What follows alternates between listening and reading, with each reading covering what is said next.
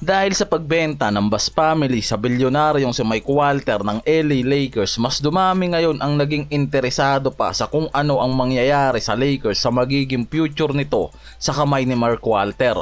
Kahit kasi si Luka naging masaya nang mabalitaan na si Walter na ang bagong may-ari ng Lakers at sinabi nito na looking forward siya sa magiging meeting nila dito at excited siya para sa magiging future ng Lakers.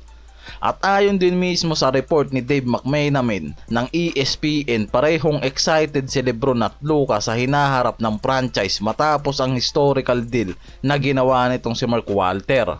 Si Mark Walter kasi ang isa sa pinakamakapangyarihang sports owner sa buong mundo. Siya rin mismo ang CEO ng Guggenheim Partners, may-ari ng Dodgers, Sparks at bahagi ng Chelsea FC at Cadillac F1 team at proven record sa pagpapatakbo ng mga winning franchise, kaya sobrang powerful ng mga teams na hinahawakan nito, kaya ganun na lang rin kataas ngayon ang expectation sa buong team na to ng LA Lakers at inaasahan na sa paghawak nitong si Walter sa Lakers magkakaroon ng malaking pondo yung mga to. At sa report, ang plano nitong si Walter na palakasin ang basketball operation team ng Lakers tulad ng ginawa niya sa Dodgers na nakakuha agad ng championship title since nang hawakan niya yung mga to. Pagdaragdag ng analytics staff, talent evaluators at iba pang mga key personnel para suportahan ngayon ang option mismo, at yan yung bagay na matagal ng problema ng Lakers at ngayon nakikitang mareresolba na. Sinabi kasi ni Jovan Buha na naniniwala siya na kung gagawin ng Lakers ang pangako ni Mark Walter na mag-invest ng malaki sa Lakers at hindi lang sa roster kundi pati sa back office, facilities at operation, posibleng mag-transform ang franchise bilang isang powerhouse ng sports o isang juggernaut na organization. Yan yung sinasabi ni Buwa dyan. Sinabi rin nito na ang second apron mula sa 188.9 million na payroll paangat, malaking restriction sa mga team and never lumagpas dyan ng Lakers.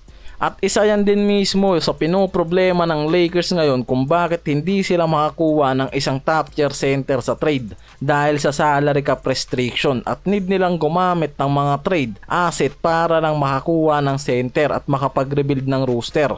At sinabi nito na handang bayaran ni Mark Walter ang gastos sa second apron ng Lakers kung makatwira naman para sa championship level ang roster. Kaya posible talaga na magkaroon pa ng isang blockbuster trade kasunod nitong si Luka sa Lakers kung makakahanap yung mga to ng makatarungang trade kahit superstar pa yan. Kung magiging champion contender naman at high level ang Lakers, handang maglabas ng pondo itong si Mark Walter. Isa pa sa nakikita dyan sa ilalim nitong si Mark Walter mismo, ang Lakers ay may prior na palakasin ang front office at mag-invest ng malaki para sa roster. Si Rob Pelinka pinag-aaralan na yung mga detalye dyan at kasama na rin yung evaluation para sa papel ni Austin Reeves sa team. Si Reeves kasi nagsimula yan bilang undrafted reserve pero nakita kasi dyan na mabilis siyang umangat patungo sa starter at naging third option player pa kasama nila LeBron at Doncic.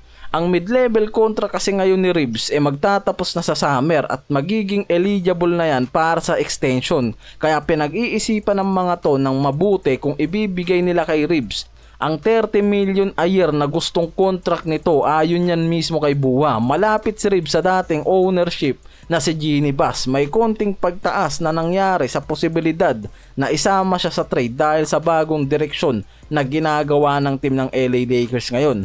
Pero maliit yan masyado.